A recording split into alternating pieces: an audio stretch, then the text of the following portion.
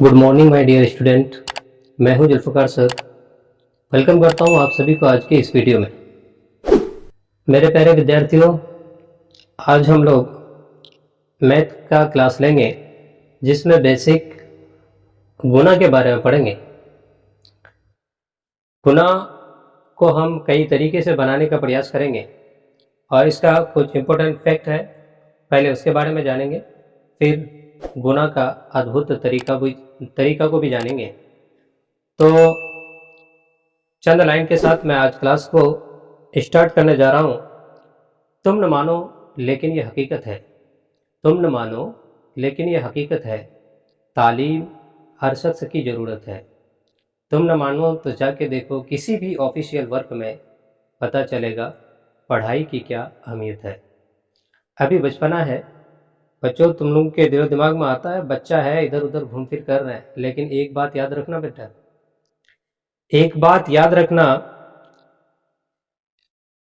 मान गिरता है सम्मान गिरता है, मान गिरता है सम्मान गिरता है, और बच्चों की नादानी से खानदान गिरता है।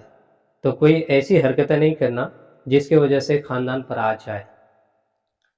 तो चलो चलते हैं, हम लोग गुणा को पढ़ेंगे और गुणा को अंग्रेजी में मल्टीप्लिकेशन कहते हैं। यहाँ पे लिखा हुआ है बेटा गुणा, और यहाँ पे इसका स्पेलिंग है MULTIPLICATION। इसको पढ़ेंगे मल्टीप्लिकेशन। तो गुणा को अगर बोलेगा, गुणा को इंग्लिश में क्या कहते हैं, तो बोलेंगे मल्टीप्लिकेशन। अब यहाँ पे इसका परिभाषा लिखाया गया है, इसका डिफिनेशन है। डिफिनेशन शॉर्ट में ऐसे ही लिखेंगे, डिफिनेशन को हिंदी में इसको परिभाषा बोला जाता है। तो क्या बोलेंगे इसके बारे में, तो बोलेंगे एक ही संख्या को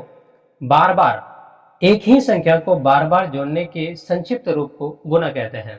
जैसे एग्जाम्पल के रूप में देखिए, ये परिभाषा हो गया। अब देखो 10 रुपये का सिक्का है, यहाँ पे भी 10 रुपया, ये भी 10 रुपया, ये भी 10 रुपया, ये भी 10 रुपया, ये भी 10 रुपया, ये भी है 10 है 10 है 10 है 10 है, इस तरह से। तो मतलब 10 रुपया का नोट पकड़ा रहा है, देखो ये 10 रुपया दिया, ये 10 रुपया दिया, 20 रुपया, यहाँ पे 10 रुपया, 30 रुपया, 40, 50, 60, 70, 80, 90, 100, 110। तो मतलब इतना स्पेस में देख रहे हैं, तो यहाँ पे जोड़ने पर क्या प्राप्त होता है, तो बोलेंगे सर 100 प्राप्त होता है। कितना आया, 100। योगफल के रूप में देखेंगे तो 100 रुपया आता है।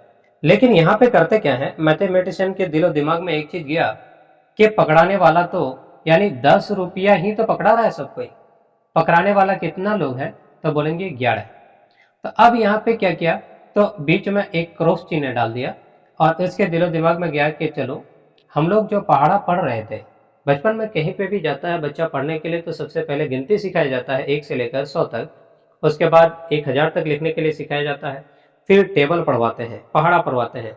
तो गणितज्ञ के दिमाग में आया कि बच्चे को जो टेबल सिखाया जाता है, उस टेबल का इस्तेमाल कहाँ होगा, ये तो जोड़ने में ज़्यादा समय लगता है और ज़्यादा स्पेस भी लगता है ना, जगह लगता है, इतना समय लगता है।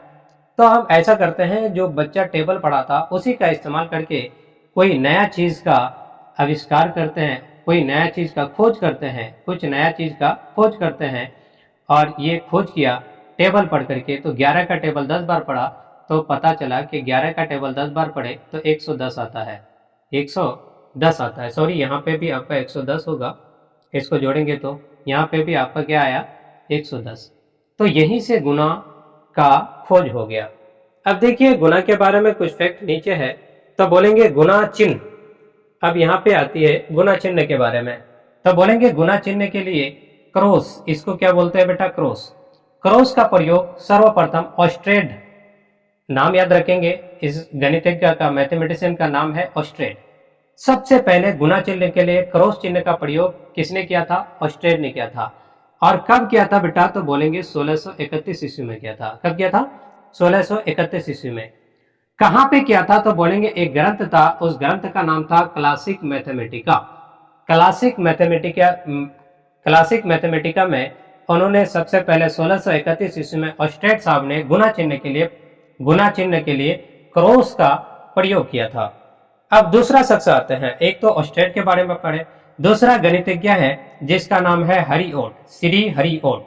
नाम क्या है बेटा? श्री हरिओट।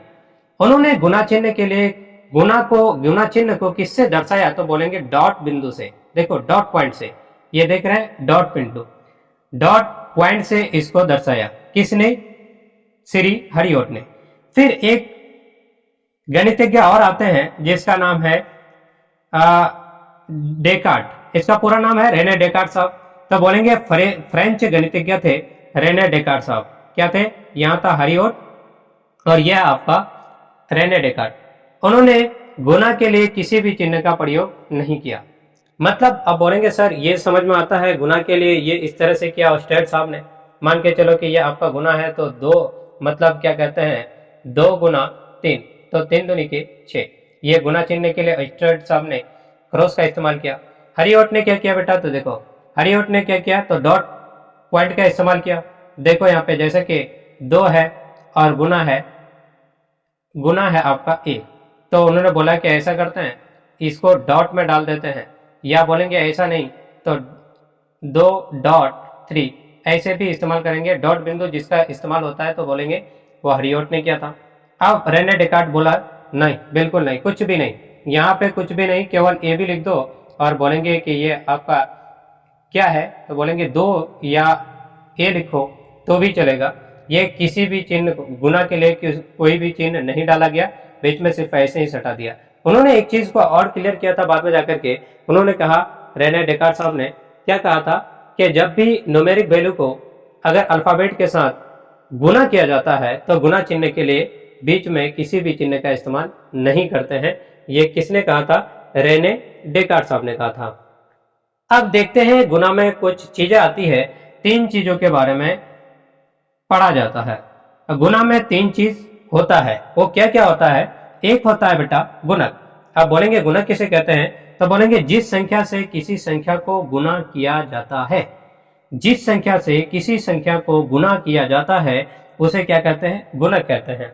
दूसरी चीज है गुण्य, जिस संख्या से गुना किया जाता है, जिस संख्या से गुना किया जाता है उसे गुण्य कहते हैं। तीसरा चीज है गुणनफल किसे कहते हैं? तो गुणक से गुण्य में गुना करने पर, गुणक से गुण्य में गुना करने पर जो परिणाम प्राप्त होता है गुणनफल कहलाता है। अब यहाँ पे थोड़ा सा देख लिए, एक एग्जांपल लिए हैं। जैसे यहाँ पे देखो 12, 3 और यहाँ पे 36 है। देखो बेटा यहाँ पे 12 को गुना किए हैं, किससे गुना किया? 3 से।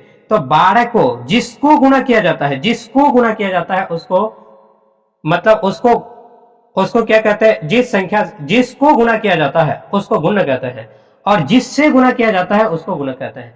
जिसको गुना किया जाता है वो गुण्य कहलाता है, और जिससे गुना किया जाता है वो गुणक कहलाता है। और गुना करने के बाद जो परिणाम आता है, जो रिजल्ट आता है, उसी को क्या कहते हैं?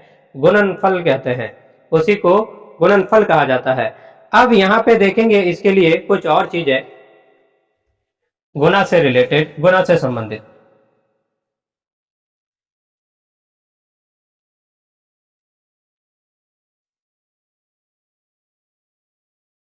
यहाँ पे कुछ नियम है गुना के लिए,